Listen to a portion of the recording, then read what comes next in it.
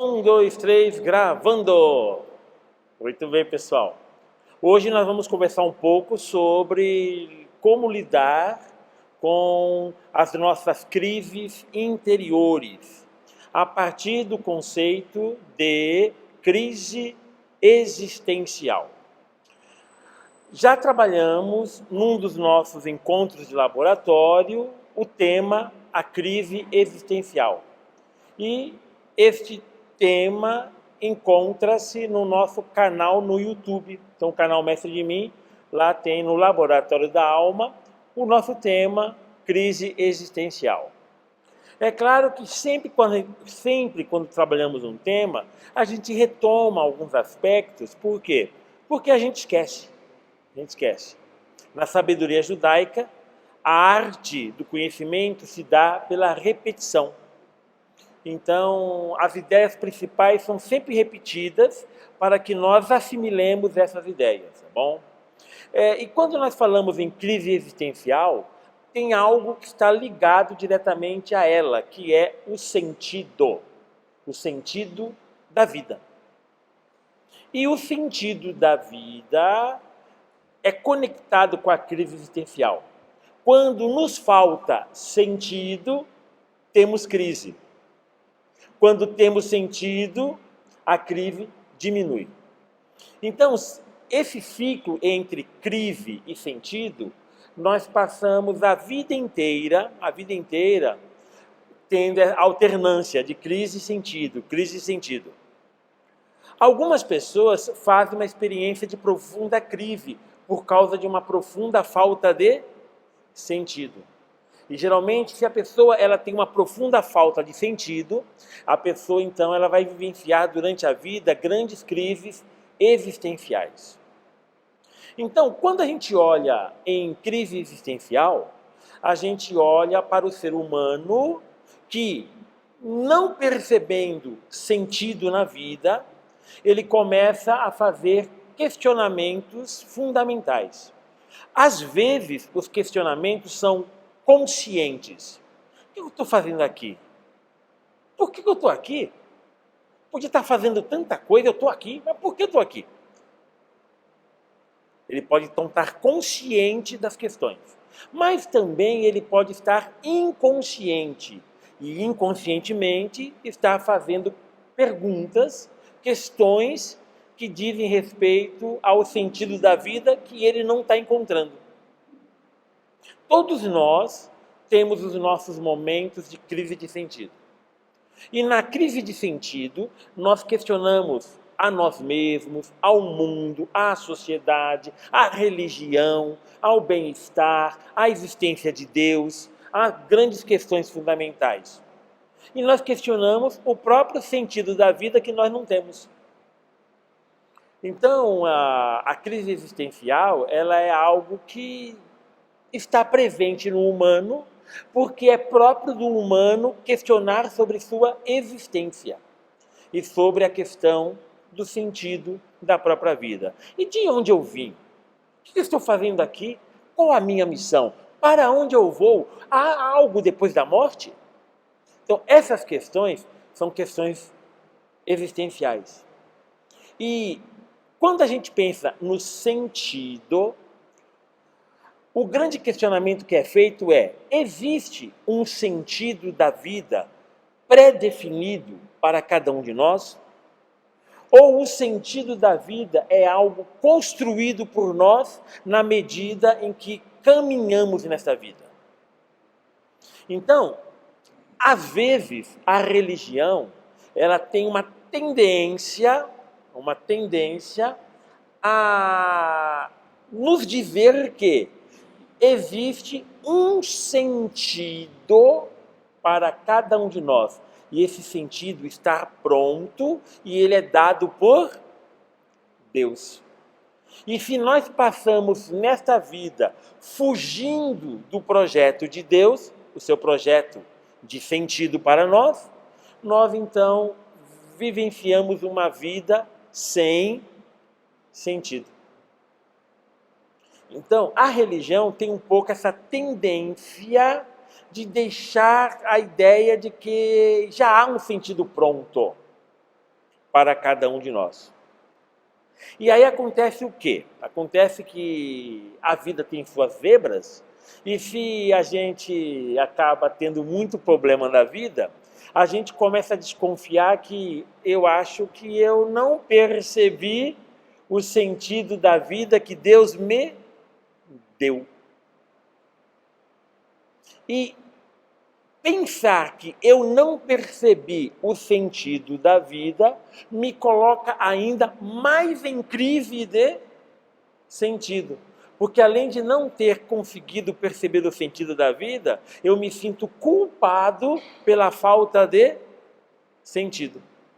Eu não percebi a voz de Deus me dizendo qual é a minha missão. Mas também há uma outra experiência onde a ideia é de que o sentido é algo construído e conquistado pelo humano em sua própria história.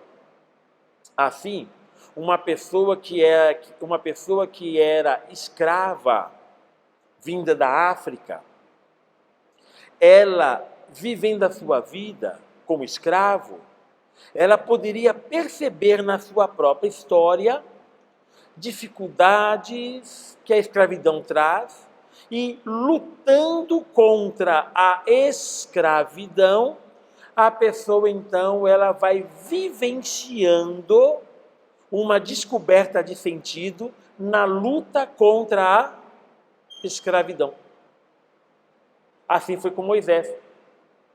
Moisés descobre o sentido lutando contra a escravidão de seu povo.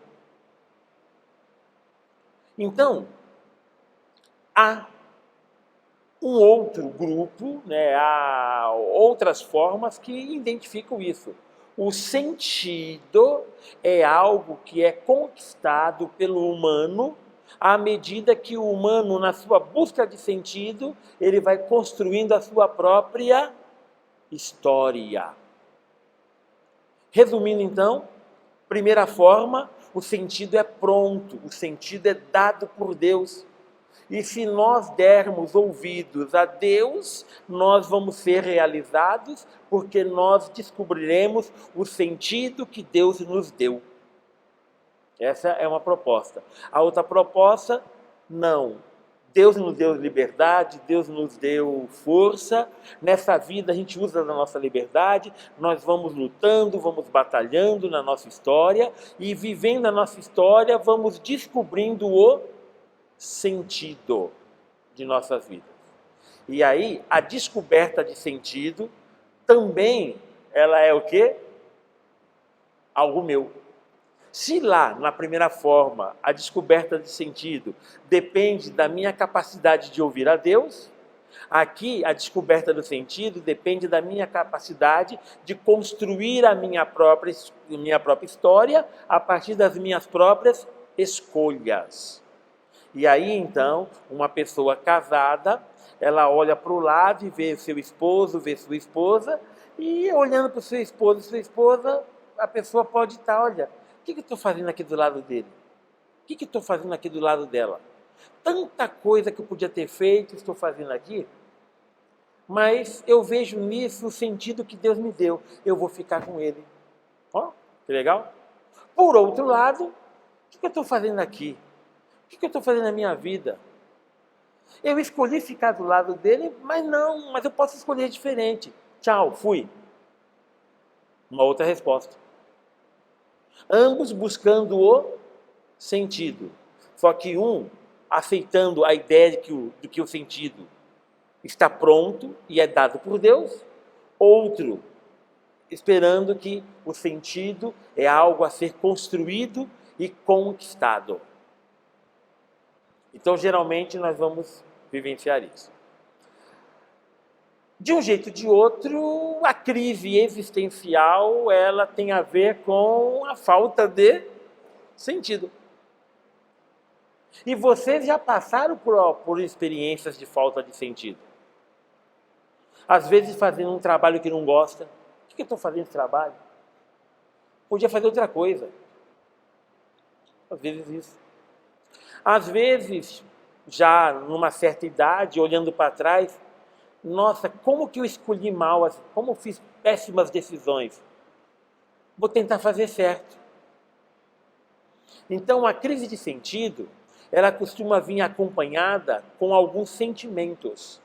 Então, geralmente a crise de sentido, ela vem acompanhada de alguns sentimentos, de algumas emoções.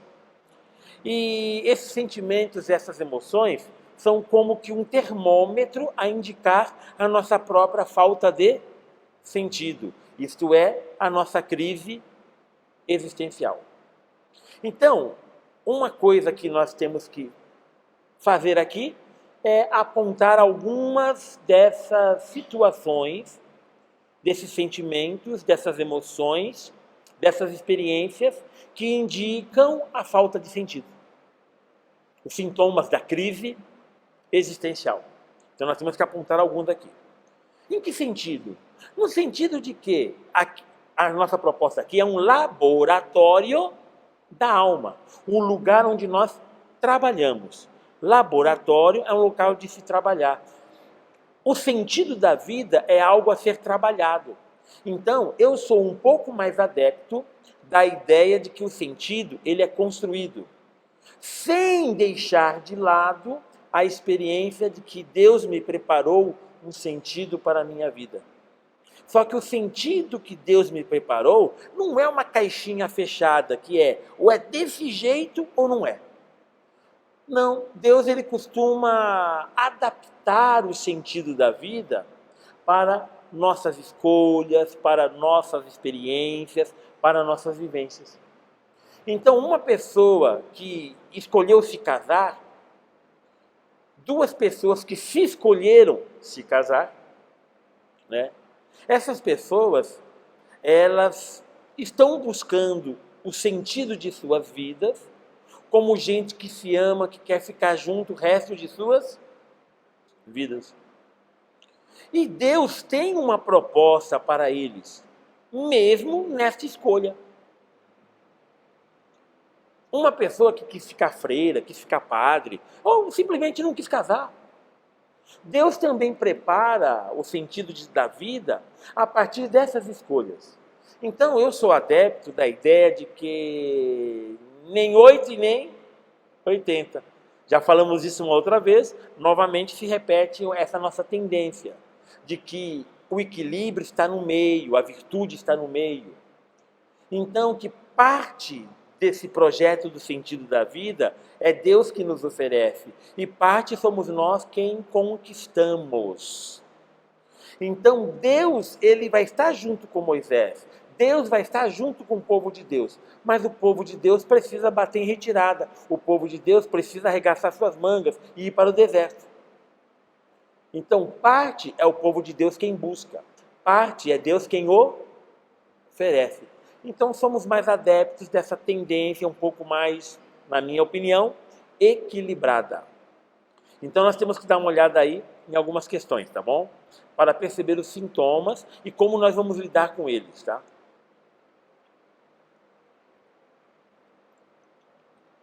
A Santa Aguinha, sempre nos ajudando. E aí, pessoal, é o seguinte, não é? Todo ser humano, em algum momento de sua vida, tem crise de sentido. Se não teve durante sua vida, vai ter na hora de sua morte. E um monte de gente morre sem sentido. Para que a morte tenha sentido, é preciso que sua vida tenha sentido. E aí, então, algumas anotações, e depois daqui eu vou compartilhar com vocês essas minhas anotações, tá bom? Em forma de PDF, para que você tenha, tá? Então, aqui nas minhas anotações, não é? A crise de sentido é vivida pelo ser humano, mas principalmente pelo ser humano adulto. O ser humano adulto. A primeira crise de sentido, de acordo com os grandes santos da igreja, acontece quando nós temos que pagar os nossos primeiros boletos. Então, não são todos os santos da igreja, não. Mas que, de fato, o boleto nos bota em crise, tá bom? Quando você conquista seu salário, você vai comprar as coisas, aí você olha as contas para pagar, você não consegue comprar as coisas porque tem que pagar as contas, aí vem a primeira crise de sentido. O que eu estou fazendo aqui? Né? Não, a crise de sentido, ela pode aparecer primeiramente em diversas formas, tá? Só que geralmente a crise de sentido verdadeira, ela aparece na vida adulta. Então, Frei, adolescentes e jovens não têm crise de sentido? Tem. Porque o adolescente terá a crise de sentido à medida que ele vai colocando os pés nas pegadas adultas. Então, o adolescente, ele quer mudar o mundo. Só que é próprio da adolescência a busca da independência, mas estar na situação de dependência. Essa contradição. Está buscando ser independente, mas as suas condições ainda são de dependência. Seja ela financeira, moral, educacional, familiar, situação de dependência. E essa busca de independência, estando dependente, é um fator que gera crise de sentido na vida de adolescente. Tanto é que na adolescência se vai dizer que ela é aborrecência. Apesar de você pensar que eu não percebi que um celular tocou sim, então tenta silenciar a mensagem dele, tá bom? A mensagem dele. Mas um celular aqui entre nós fez tic-tic, aquele sonzinho de mensagem chegando. Pensou que não ouvi? Mas eu ouvi, né? Porque eu só escuto o que eu quero. Então eu escuto isso porque eu quis. Tá bom? Muito bem. Aí voltando, pessoal, não é? O jovem, ele está vivenciando a liberdade, perdendo sua liberdade na descoberta da vida adulta. Então o jovem quer viajar, mas não tem condições financeiras para isso. O jovem quer estar no bar, mas tem que trabalhar e estudar. E se ele opta por estar no bar, ele vai lascar sua vida e vai ter a crise da mesma forma. Então, nossas escolhas, elas nos colocam em crise em relação à vida adulta. Então, mesmo os adolescentes e mesmo os jovens, eles vão ter situações de crise porque estão apontando sua vocação, apontando seu coração para a vida adulta. E nós adultos, sem comentários. O simples fato de ser adulto vai nos colocar diante de escolhas que nós temos que fazer e não os outros. Nossos pais não vão fazer mais escolha por nós. Somos nós quem faremos nossas escolhas. Ai, padre, a minha esposa é chata, a minha esposa faz isso, a minha esposa ela faz aquilo, a minha esposa não liga para mim, ela me explora, ela não sei o quê. Aí a pergunta é, mas quem foi que escolheu sua esposa? Então, é isso. E aí o que acontece?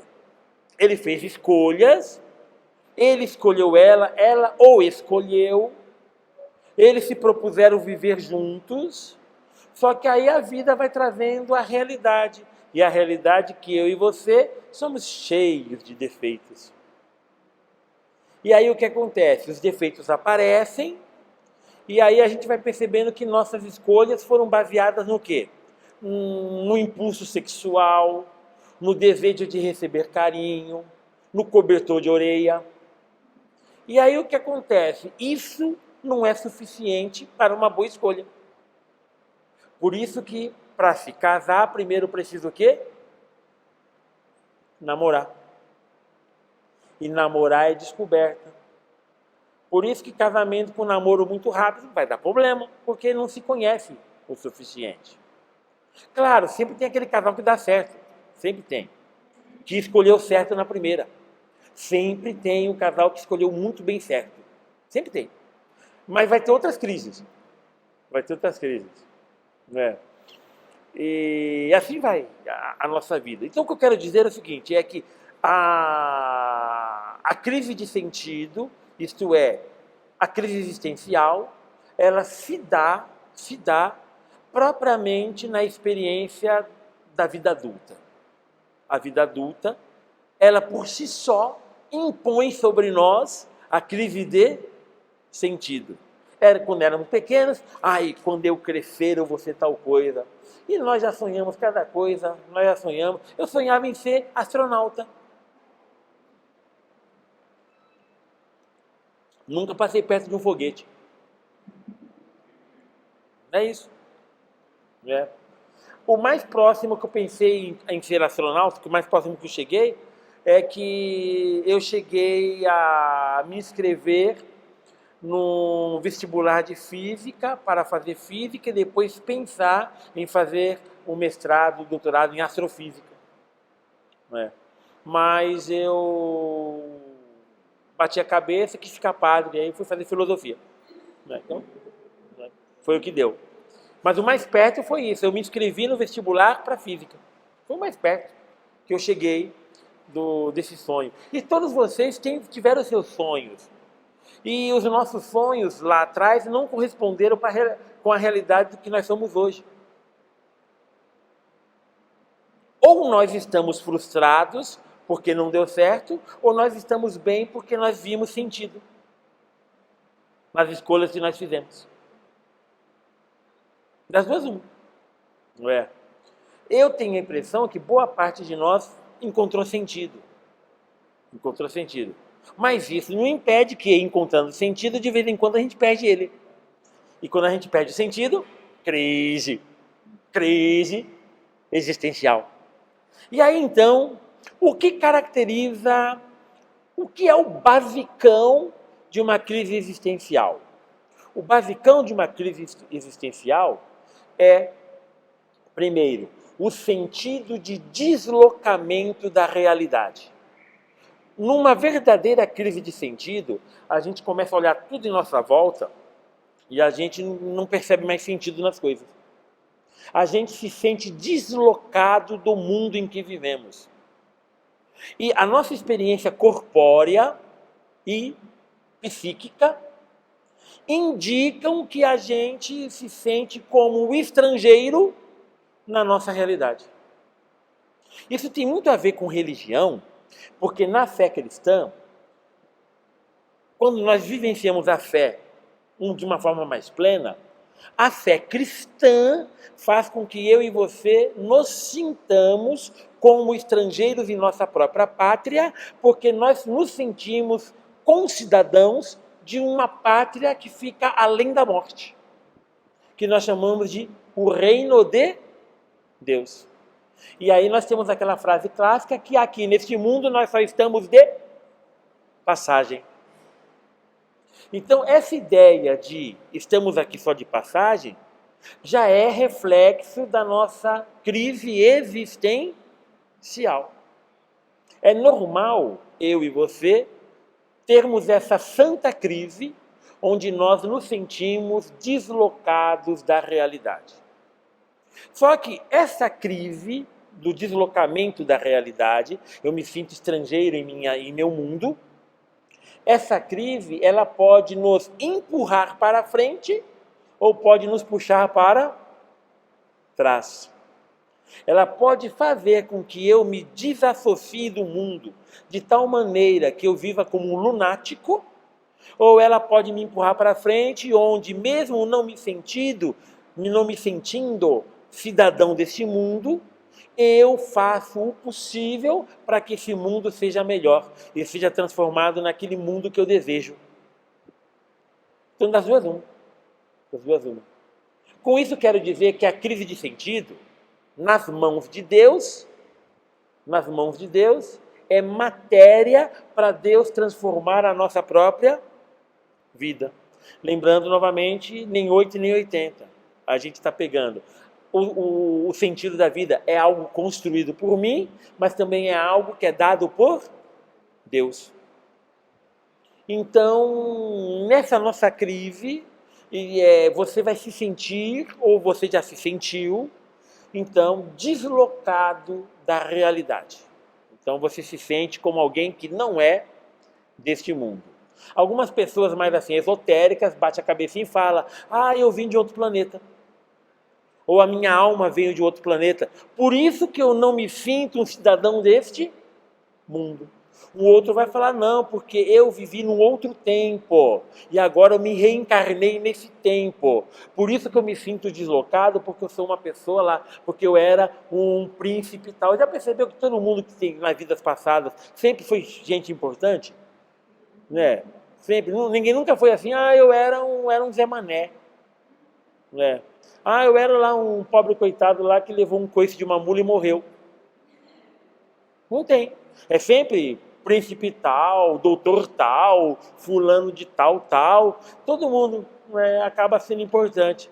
Se fosse verdade, então não ia ter ninguém que fosse como eu, assim. Todo zoado no mundo. Então o que acontece? Eu estou brincando assim, né? Mas respeitando as outras experiências, é exatamente eles pensam daquela forma por causa dessa experiência de deslocamento. A pessoa não se sente pertencente a esse mundo. E isso acontece com todo humano que entra em crise existencial. Nós não nos sentimos pertencentes a esse mundo. Só pense, não responda para mim não, só pense. Você já se sentiu deslocado do mundo em que você vive? Você já se sentiu como se fosse alguém de uma outra experiência e não a experiência desse mundo?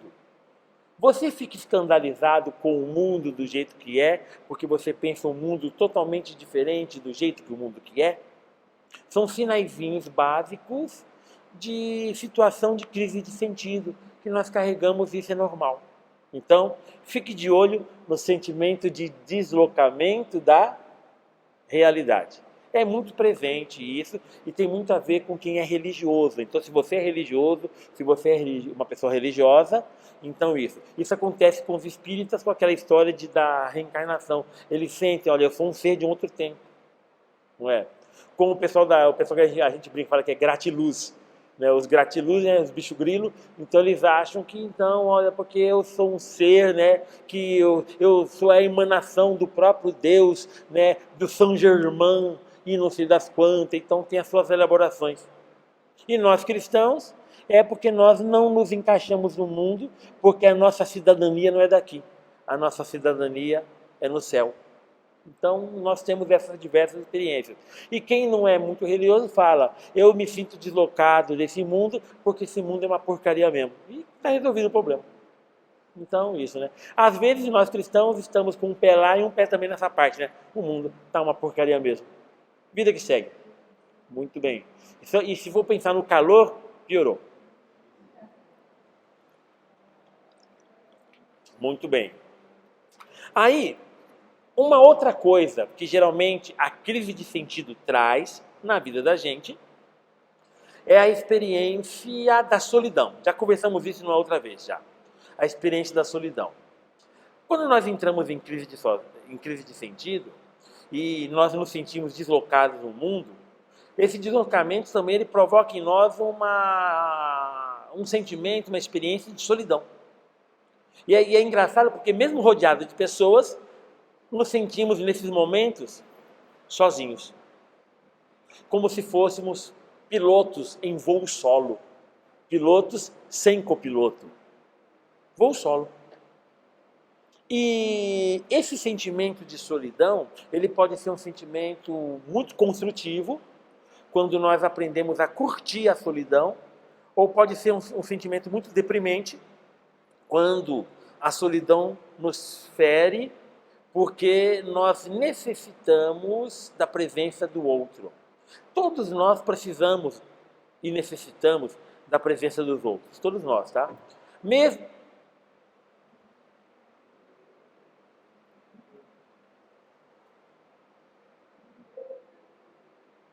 Eu não estou vendo, pode mexer e silenciar o celular. Lá em Piracicaba, no combinado. Tocou 3 vezes o celular, eu vou embora da aula. Lá eu faço isso mesmo. Muito bem. Eu falo para eles lá, olha, se tocou, essa foi a primeira, tocou a segunda. Se tocar a terceira, eu termino a aula e vou embora. Aí tem um dia lá que tocou a terceira, tchau pessoal, fui. Fui embora. Fui embora. Fui embora. E fui. Na outra aula eu voltei lá, não tocou uma única vez. Lá, o celular. Professor ruim, mas funcionou. Muito bem. Mas funcionou. Mas voltando aqui, pessoal.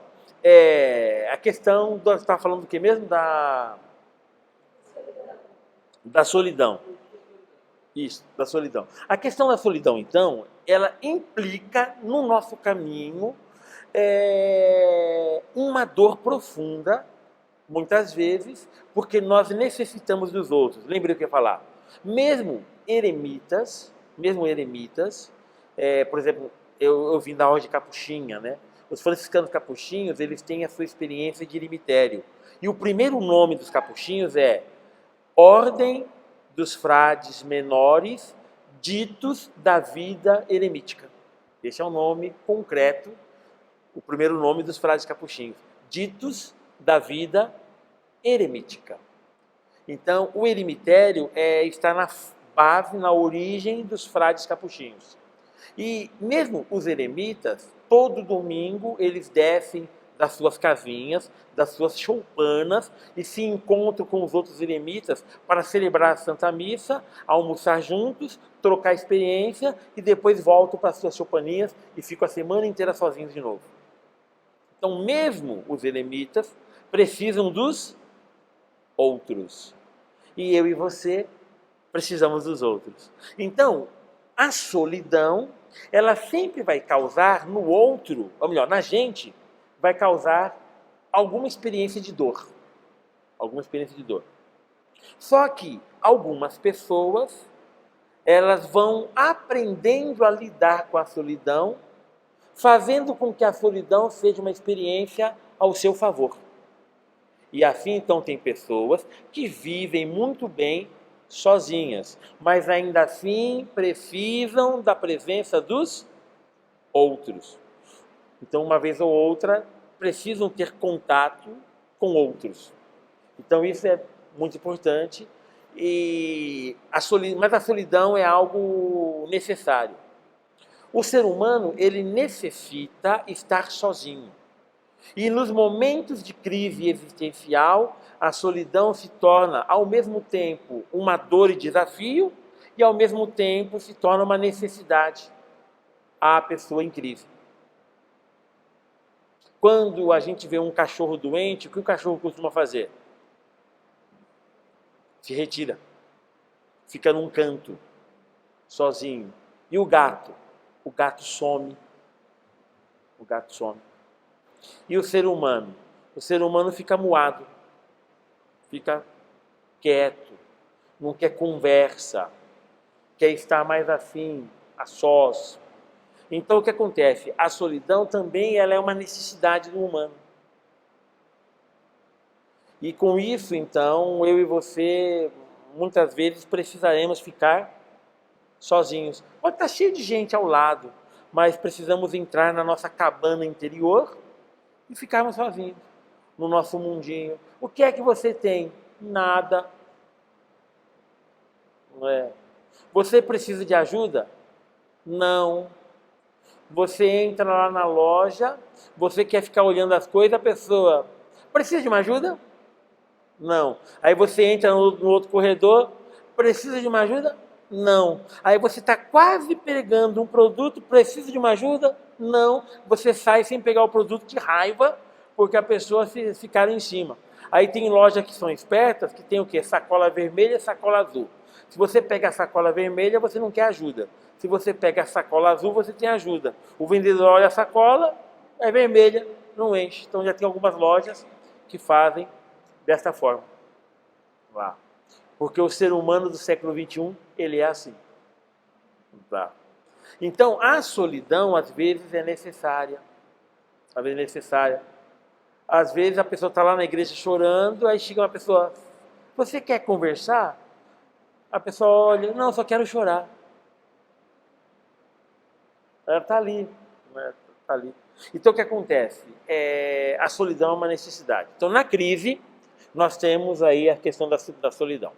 Aí tem uma outra coisa que aparece na crise, que é a angústia. A angústia.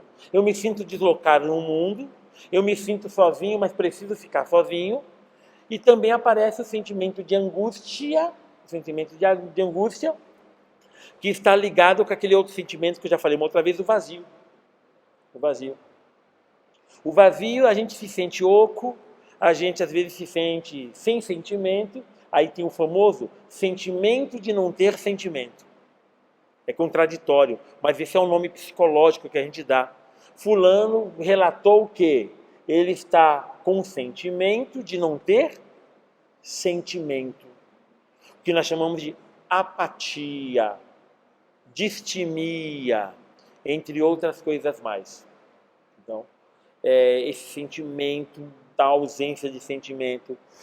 O vazio, ele é muito presente porque as coisas perdem valor. Conforme as coisas vão perdendo valor na nossa vida, não é? O vazio vai se instalando dentro da gente. E aí o que acontece?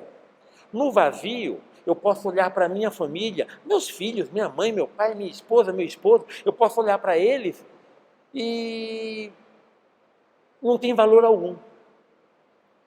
E a gente fica escandalizado com essa fala, né? Fica escandalizado com essa fala, porque, nossa, porque não valoriza o filho, não valoriza a filha, não sei o quê. É a crise do vazio. O vazio faz com que a família, muitas vezes, perca o seu sabor, o seu sentido, o seu valor. E a pessoa não vê mais sentido, não é? Aquela pessoa que chega do trabalho, chega em casa, não é? Olha lá para os filhos fazendo sua bagunça natural, que é gostosa quando a gente está bem, mas que é um saco quando a gente está mal, não é? Lá fazendo sua baguncinha, olha para o esposo reclamando na orelha,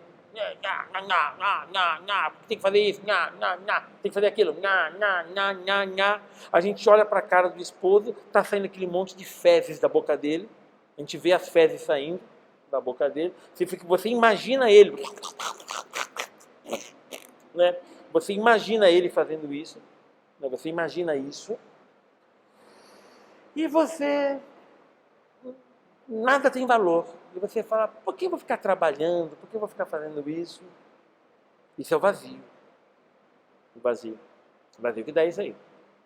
Não há valor. Não há valor. Olha, precisa fazer tal coisa. Tanto faz. Tanto faz. Quantas vezes nós falamos isso? Tanto faz. É porque perdeu o valor. Perdeu o valor. Não é? E aí, então, o vazio ele vai gerar o outro sentimento que eu tinha falado aqui, a angústia. A angústia. Quando a gente não vê mais valor na vida, e só a vida perdeu sentido de uma maneira radical, a gente se sente totalmente culpado, angustiado. E a tendência a culpa é minha, mas o meu desejo é colocar a culpa no outro. Bem, eu quero me divorciar porque você fez isso. Porque você fez isso. Mas amor, você me chifrou. Não, mas a culpa foi sua. Foi sua porque você não me deu carinho. E aí vai indo. Esse é o nosso desejo, colocar a culpa no outro. Mas no fundo a gente sabe, sou eu. Eu que sou o problema. Eu que sou o problema. E aí, então, eu e você, mais cedo ou mais tarde, a gente passa isso. Já passamos algumas vezes e a gente passa isso outras vezes. Não é? Eu dizia um outro encontro, né? Eu dizia que vários casais tinham a experiência de ele vem me tocar, eu estou sentindo nojo dele. Ela vem me beijar, estou sentindo nojo dela. Nojo do beijo. Nojo do toque. Do esposo, da esposa, depois de 10 anos, 15 anos de casado. Vários casais têm essa experiência. Depois passa. Mas o que aconteceu? Perdeu o valor, é o vazio. E aí o que acontece? A pessoa se sente culpada, né? O homem se sente menos homem, não é? Aí o homem vai ter lá a relação com a sua esposa, a pipa do vovô não sobe mais. E aí vai se culpar, mas o desejo de colocar a culpa na outra pessoa, mas vai se culpar, olha. Aí vai assim, eu já não dou mais nada. Não é isso aqui, é cabeça. É cabeça. É crise. E aí a pessoa acha que não, que ela já está impotente, que a bananeira deu cacho, então já era, já não dá mais cacho, já não dá mais banana. Então, todas essas experiências, elas estão muito ligadas a isso. Então, várias das nossas neuras, vários dos nossos transtornos, dos nossos problemas psíquicos, mentais, eles vêm da crise existencial. Principalmente porque, muitas vezes, nós não sabemos como lidar com essas crises existenciais. Mas muitos dos nossos problemas vêm daí. Vêm daí. E aí, no meio da crise, acontece alguma desgraça. A desgraça vai se somar à crise. E se a pessoa já tem aquela tendência de se culpar, a pessoa vai culpar-se pela tragédia acontecida no momento de crise. No momento de crise. A pessoa vai se culpando. E aí, então, pessoal, esses elementos, então, eles estão presentes na crise. Tá? Estão presentes. Então, a gente chama esses elementos de elementos. Elementos da crise. Não são os sintomas da crise. São elementos, tá? Na crise, nós nos sentimos assim, deslocados, nos sentimos sós, solidão, nos sentimos vazios e nos sentimos angustiados. E aí todo esse sentimento pode ser somado ao sentimento de culpa. Ao sentimento de culpa. Então pode estar junto aí. Então esses elementos de crise. Se vocês não passaram, vem a má notícia. Vão passar um dia. Se vocês não passaram, vão passar um dia. Outra má notícia, se vocês já passaram, vão passar outras vezes. Tá bom? Essa é uma outra má notícia que a gente dá. Tá? Que a gente dá. Muito bem. Pessoal, em cima disso, então, aí temos aí algumas possibilidades de sintomas que indicam a crise existencial. A crise existencial, ela costuma causar vários desses sintomas. Então, vai lá. Entre um dos primeiros sintomas de crise é a estafa mental. A gente se sente mentalmente cansados. Nós nos sentimos cansados. E cansaço mental é um cansaço muito doloroso. Muito doloroso. Porque tudo começa na cabeça. Cabeça cansada, o corpo vai se sentir plenamente cansado.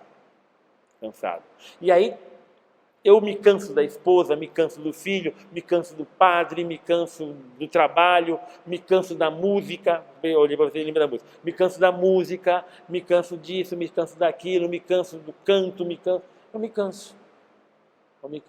Até que eu me canso de quem? Obrigado. De mim. Eu me canso de mim.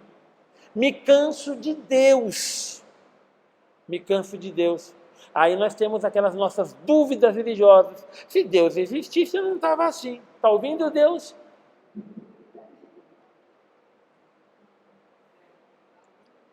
As nossas crises religiosas.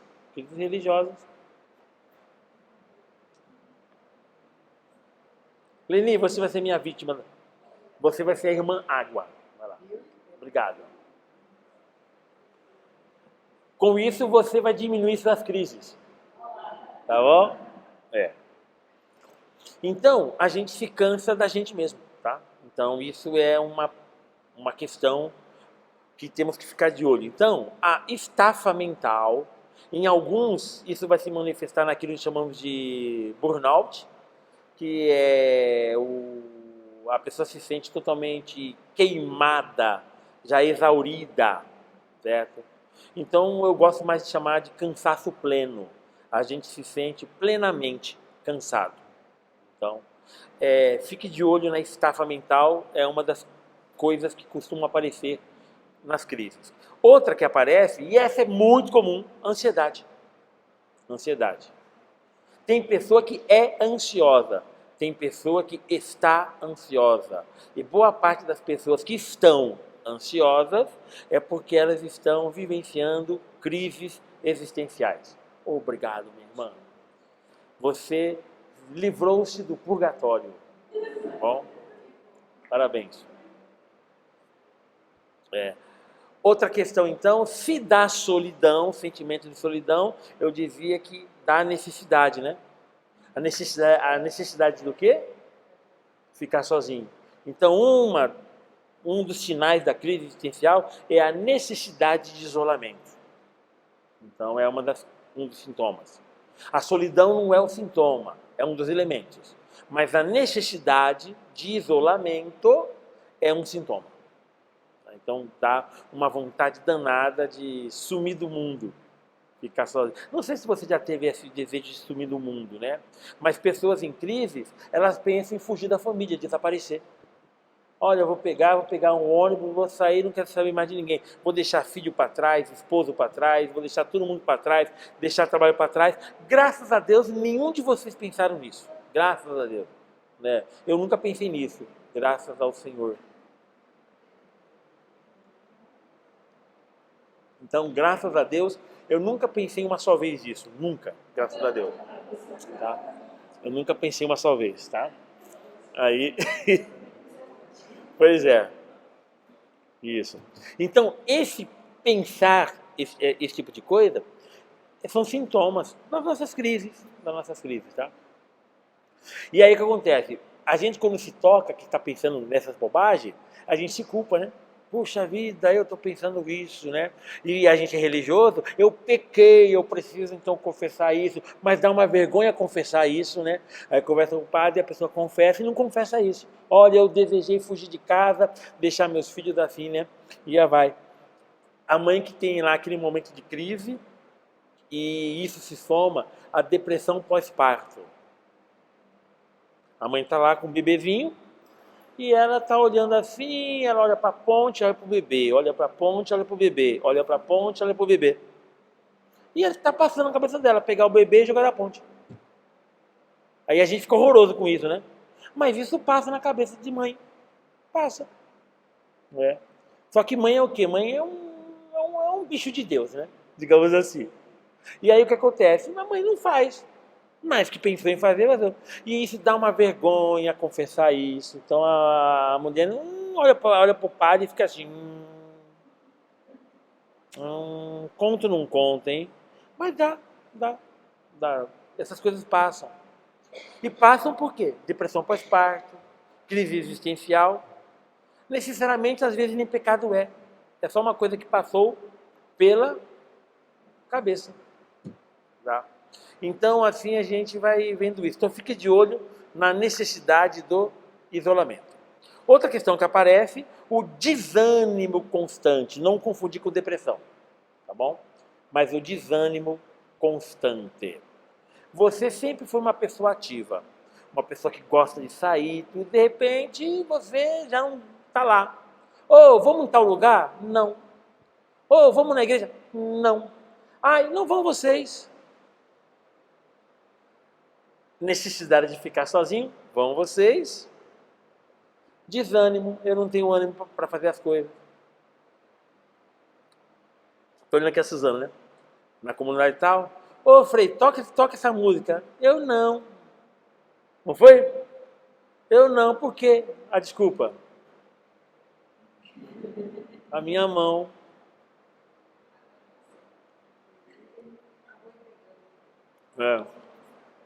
Desânimo em tocar.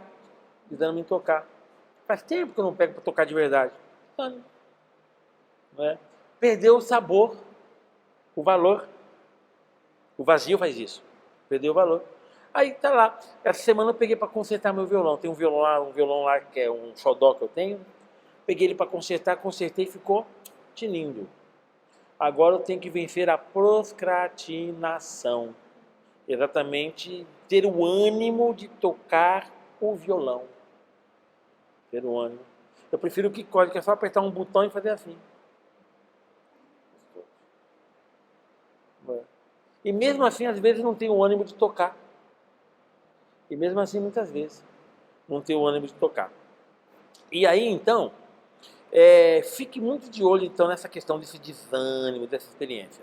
Vai aparecer um outro elemento aqui, que é o pessimismo. Esse a gente é bem especialista na questão do pessimismo. E eu falo eu, por exemplo, né? As pessoas próximas falam, o Demetrios, ele é meio pessimista. Eu sempre consigo ver o lado pior das coisas. Sempre consigo, né? E um dos livros bíblicos que eu mais gosto é o livro de Eclesiastes. E o livro de Eclesiastes, ele é um livro pessimista. É um livro pessimista. Claro que nós biblistas vamos tentar falar que não é, mas é sim, tá bom? Mas é sim, tá? Mas a gente vai tentar falar que não, tá? Eu mesmo quando dou aula eu tento falar que não, mas lá no final da aula eu falo, é sim, ponto, tá bom?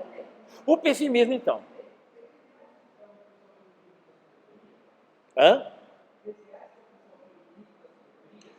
O Eclesiastes é um livro de sabedoria, mas existe um livro que é da sabedoria.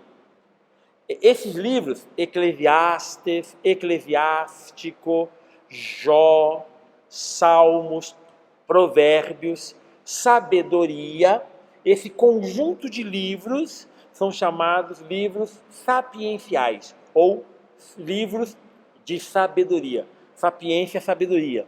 Então, livros de sabedoria. O Eclesiastes é um deles. Mas existe o livro da sabedoria, que é um outro livro que é também muito interessante.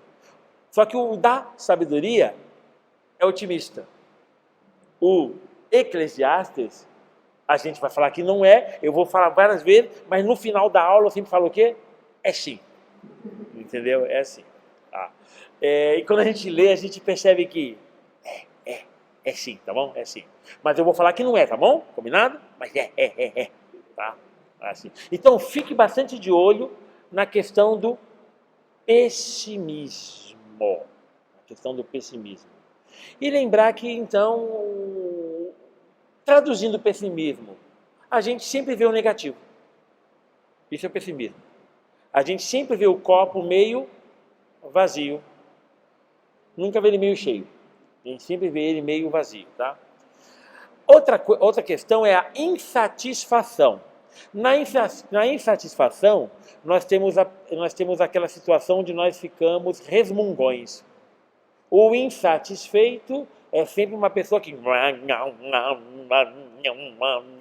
essa pessoa sempre resmunga tudo. Ainda bem que nós não somos assim, não tem ninguém assim. Não é verdade? Graças a Deus. Mas a insatisfação é sempre isso. Às vezes a pessoa ela é tão insatisfeita que, por exemplo, o filho ele faz uma prova e ele vai bem na prova e ele vem todo feliz mostrar a prova pra gente e a gente fala para ele, não fez mais que sua obrigação.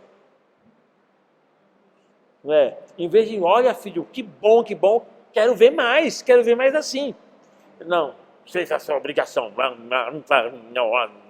Né? Então, a pessoa sempre é insatisfeita. Né? Então, fique de olho então, no vazio, na crise existencial, no vazio de sentido, nós temos muito esse tipo de reação. Então, se isso está ficando muito frequente, é sinal que nós estamos aí vivenciando uma crise. Tá? Pode ser uma crise profunda a ser vivida. Tá? Muito bem, olha aqui, alterações no apetite. Quem come pouco começa a comer demais, quem come demais começa a comer pouco. Então essa alteração de apetite, né? O normal é uma pessoa comer bem e de repente ela está comendo mal. Constantemente. A outra não comia, agora está compulsão, comendo. Não é? De vez em quando no seminário eu ia no seminário, no primeiro seminário, não tinha banheiro no quarto, então o banheiro lá, né? Então, de vez em quando, 3 da manhã, eu ia para o banheiro e encontrava a gente na cozinha. E o gordinho sou eu, vai entender isso. Né? O pessoal come, tá lá. E eu lá, uma pipoca, né? Fica desse jeito, mas tudo bem. Estou exagerando um pouquinho na minha parte. Só um pouquinho. Muito bem. Olha aí, se você também ficar percebendo alterações no sono, na sua rotina de sono, sono desregulado, são sintomas de crise. Por quê? Porque vazio e angústia trazem preocupação. E a pessoa preocupada dorme mal, pensando. Fica se ocupando das coisas. Eu vou ter que pagar tal coisa. Eu vou ter que isso. Eu vou ter que beijar minha esposa. Eu vou ter que abraçar meu esposo. Eu vou ter que fazer isso. Então, desregula o sono. Sentimento de incapacidade e impotência. Vamos fazer tal coisa? Não, eu não consigo. Eu não consigo. Constante. Mas você consegue, você sempre conseguiu. Não, mas...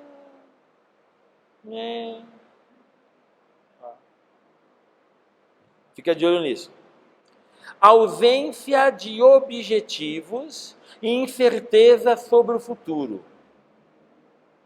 A pessoa deixa de saber onde quer chegar. Onde queremos chegar? Quais os seus sonhos e seus objetivos? Não tem. Ficou lá, tocando o barco, só fazendo manutenção na própria vidinha. Apertando um parafuso da vida aqui, dando uma pinturinha na relação com o esposo, com a esposa, não é?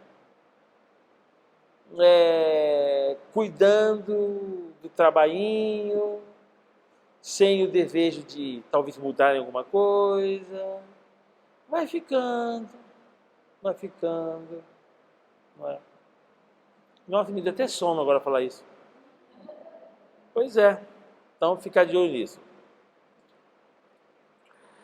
Dúvidas e questionamentos sobre sua própria personalidade. Essa parte é chique, é saborosa e boa. É um dos lados bons da crise. A gente se questiona sobre a gente mesmo. A gente mesma. A gente pergunta sobre si, sobre sua própria vocação, sobre suas próprias escolhas. Nos questionamos sobre nossa personalidade. Por que eu sou assim? Por que eu reagi de tal forma? Por que eu deixo tudo para a última hora? Por que eu fico querendo me intrometer na vida dos outros? Por que eu quero decidir o que o outro tem que fazer? Por que isso? A pessoa se questiona. Se questiona. Como foi que eu ouvi uma vez? Por que eu sou um banana? Um banana? Tudo bem. A pessoa perguntava, por que é uma banana?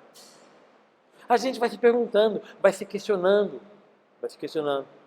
sobre a gente mesmo, não é?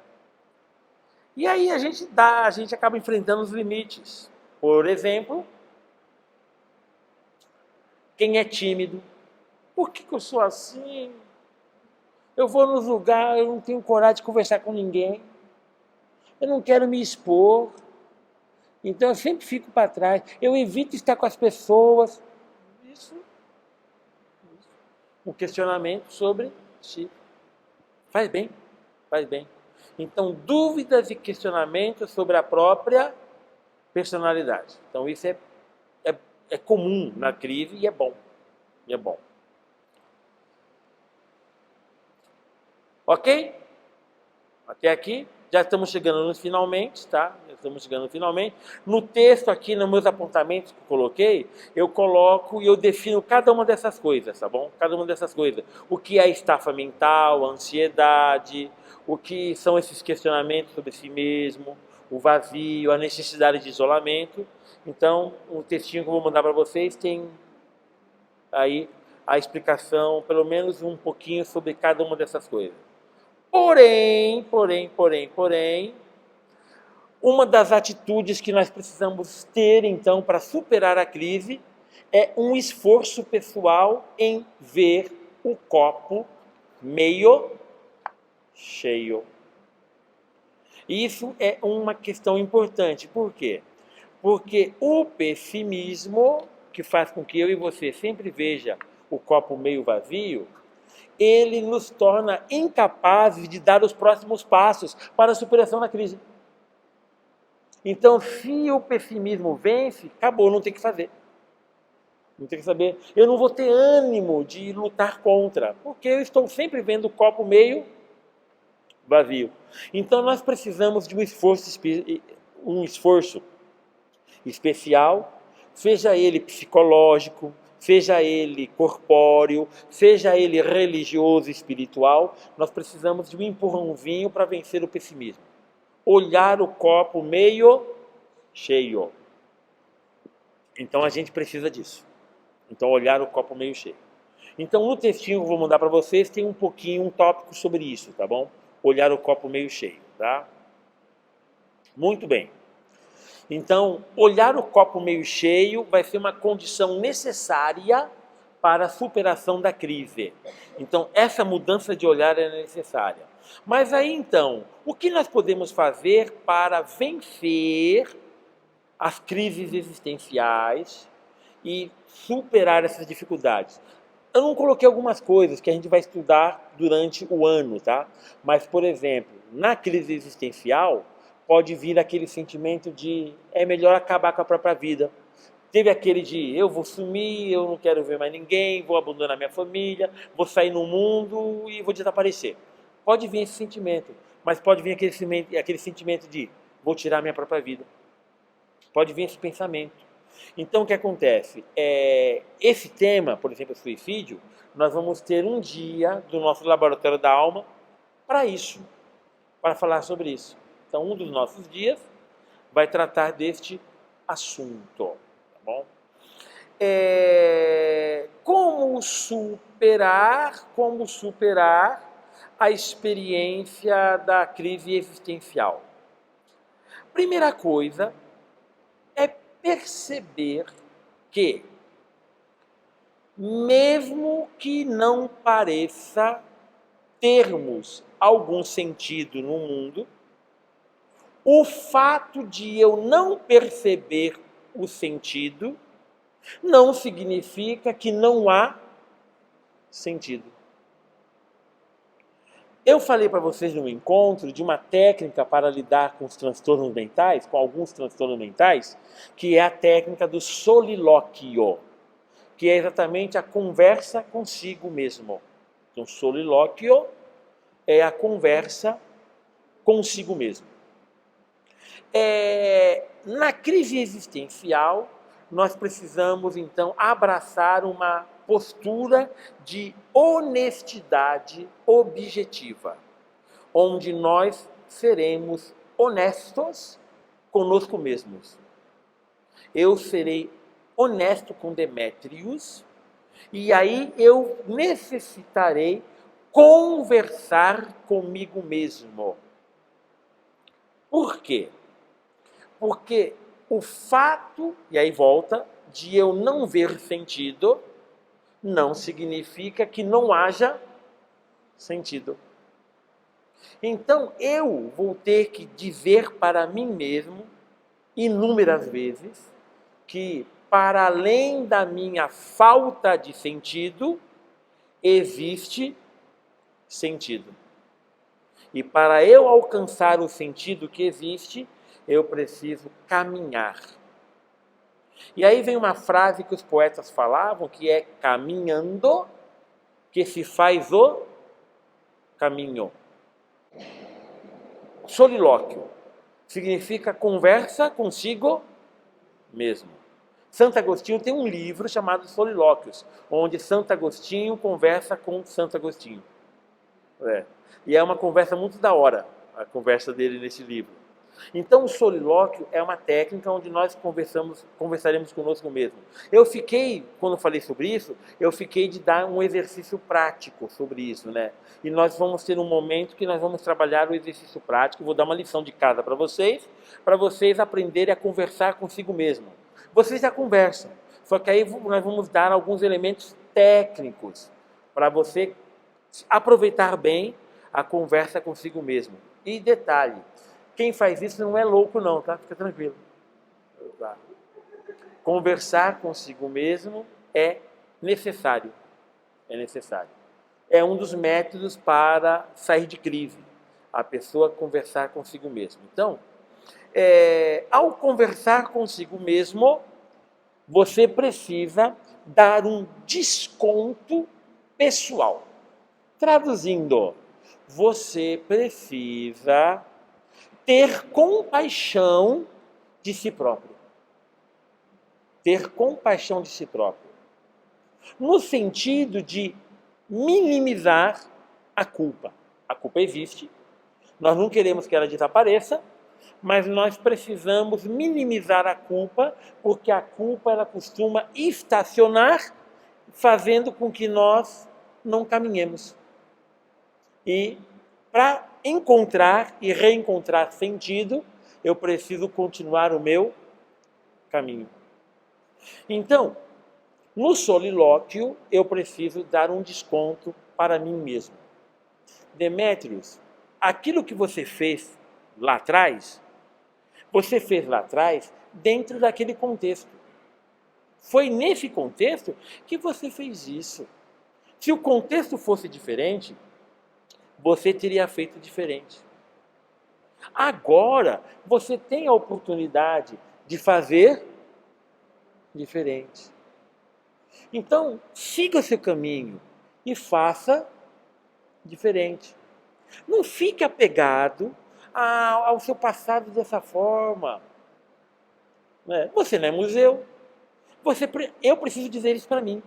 Então, no solilóquio, isso precisa ser dito para nós mesmos. Só que tem um detalhe, gente. Isso parece fácil, mas não é. Isso dá trabalho. Dá trabalho você sentar e falar consigo mesmo. A gente vai querer fazer outra coisa. Eu vou querer olhar no celular. Isso que eu vou querer. Vou querer ficar olhando no celular. Vou querer dormir. Eu vou procurar fazer outra coisa. Eu vou procurar conversar com alguém, porque estou fugindo de mim mesmo. Fugindo de mim mesmo. Olha a situação. Então, o que acontece? É preciso que você dê um desconto para situações onde você se sente culpado. Porque aquelas situações de culpa, elas fazem com que a gente fique imobilizado, a gente não caminha, não vai para frente. Não é? Paulo vai dizer na carta aos Filipenses, gente, uma coisa porém eu faço, eu esqueço o que fica para trás e avanço para o que está à minha frente para receber o prêmio em Cristo Jesus. Então, Paulo não está esquecendo o passado. Paulo ele simplesmente está deixando o passado no passado. No passado. Paulo sofreu para isso, mas Paulo ele disse para si mesmo, o passado passou. O passado passou. Então o que acontece? No solilóquio nós precisamos então conversar com isso. Se você preferir uma linguagem religiosa, a gente precisa se perdoar. Se perdoar. Não é fácil, gente. Então, nós estamos entrando mais com um viés psicológico nesse momento, então não vou usar a palavra perdão, mas vou utilizar então essa expressão, é preciso confessar consigo mesmo, dar um desconto para que a culpa seja minimizada, não seja eliminada, porque eu sou culpado daquela situação, mas eu sou culpado dentro daquele contexto. E hoje o contexto é diferente. Não é? Tem lá aquela menina fez uma burrada, eu lembro, a menina fez a burrada lá, se engravidou com 13 anos, aí ela falou assim, perdi minha adolescência, perdi minha juventude, nossa, me arrependo disso, hoje era para estar formada na faculdade, mas eu tive que criar minha filha, meu filho, ai que coisa, e a pessoa ali, grudada no passado. Na conversa consigo mesmo, eu preciso dizer, olha, eu engravidei, mas eu tinha 13 anos, as situações eram essas, eu pensava de tal forma, eu vivia de tal forma. Tem que ser dado esse desconto, porque hoje eu penso diferente. E eu penso diferente. Então, a resposta seria totalmente diferente. Se eu tivesse essa mentalidade hoje, esse tipo de coisa. Então, esse desconto tem que ser dado para a gente superar a crise. Por último, hoje, esse papo continua. Semana que vem nós vamos ver lidando com as crises dos outros, em relação aos outros.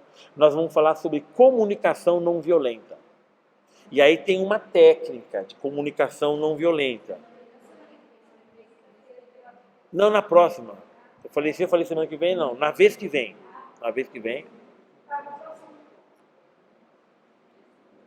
No próximo encontro, na vez que vem, tá bom? Nós vamos trabalhar então a comunicação não violenta. E aí vai ser um pouco mais técnico o assunto, mas é gostoso. É técnico, mas é gostoso, tá? É a técnica de como que a gente vai conversar com o outro, entrar no universo do outro, favorecer uma conversa que leve ao perdão, como fazer um acordo de paz. E aí a gente vai propor nesse sentido. Existe uma técnica da psicologia humanista que é a comunicação não violenta, CNV. Então eu vou trabalhar com vocês essa técnica, tá? Só que aí eu tenho que trabalhar com vocês um dia a técnica do solilóquio. E o solilóquio, ele é mais ou menos uma técnica a ser usada por nós cristãos e cristãs. Por nós cristãos e cristãs. De certa maneira, quando nós rezamos, essa nossa conversa com Deus também é uma conversa conosco mesmo. Também é. Porque a gente pensa na gente, na conversa com Deus. Então, na conversa com Deus, apesar de ser um colóquio, um dialóquio, né? Mas também é um solilóquio. Também é um solilóquio, porque nós conversamos também conosco mesmo. Então, esse último, para a gente encerrar, está faltando um minuto, tá? É preciso, para superar a crise, além desse último desconto da questão de nós mesmos, das circunstâncias, da culpa, é preciso que eu busque as coisas que me dão sabor. É preciso que eu busque as coisas que me dão sabor. Lembra que lá um dos sintominhas lá que nós estávamos olhando, né? É o desânimo constante. Então a gente acaba não fazendo mais as coisas que fazíamos, coisas gostosas. Deixamos de fazer coisas boas. Deixei de tocar violão. Deixei de fazer coisa boa. Então nós precisamos retomar bons hábitos. Precisamos descobrir novos hábitos. Precisamos descobrir novos gostos. Por exemplo, esses dias eu estou reaprendendo o meu gosto por café. Café. Passar café, beber o café. Estou redescobrindo o meu gosto por café. Assim, eu tenho percebido que eu estou bebendo mais café durante o dia, eu nunca bebo à noite. Mas se tem, eu bebo. Aí eu descobrir coisas que a gente gosta, as experiências que a gente gosta. Isso é necessário. Por quê? Porque boa parte do nosso sentido vai ter alguma conexão com essas coisas que nós gostamos. Alguma conexão tem. Não é clara a conexão, mas vai ficar clara na medida em que caminhamos. Então, é preciso que nós fazemos com que as circunstâncias em meio à crise, elas se tornem um pouco mais positivas.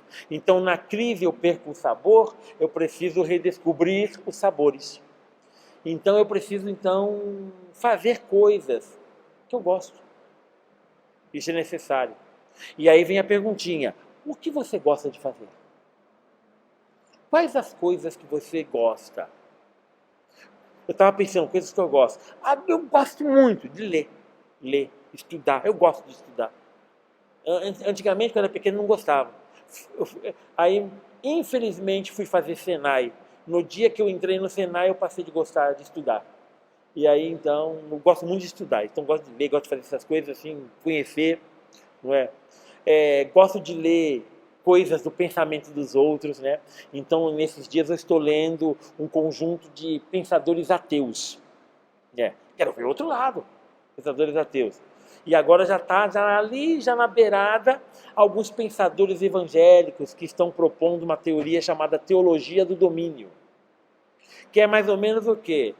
As igrejas evangélicas e os seus pastores invadirem os setores políticos da sociedade para converter a nação numa proposta de um evangelistão, digamos assim, de transformar os países, as políticas, os sistemas políticos e econômicos em sistemas assim com um cunho doutrinário evangélico, não é? E aí eles têm umas propostas. Então, já está na beirada, vai ser minhas próximas leituras. Mas, por enquanto, estou lendo alguns pensadores ateus, né, que falam da religião. O que eles pensam de nós, religiosos? Eu quero saber. Coisa que eu gosto. O que você gosta de fazer? Quais são as coisas que vocês gostam?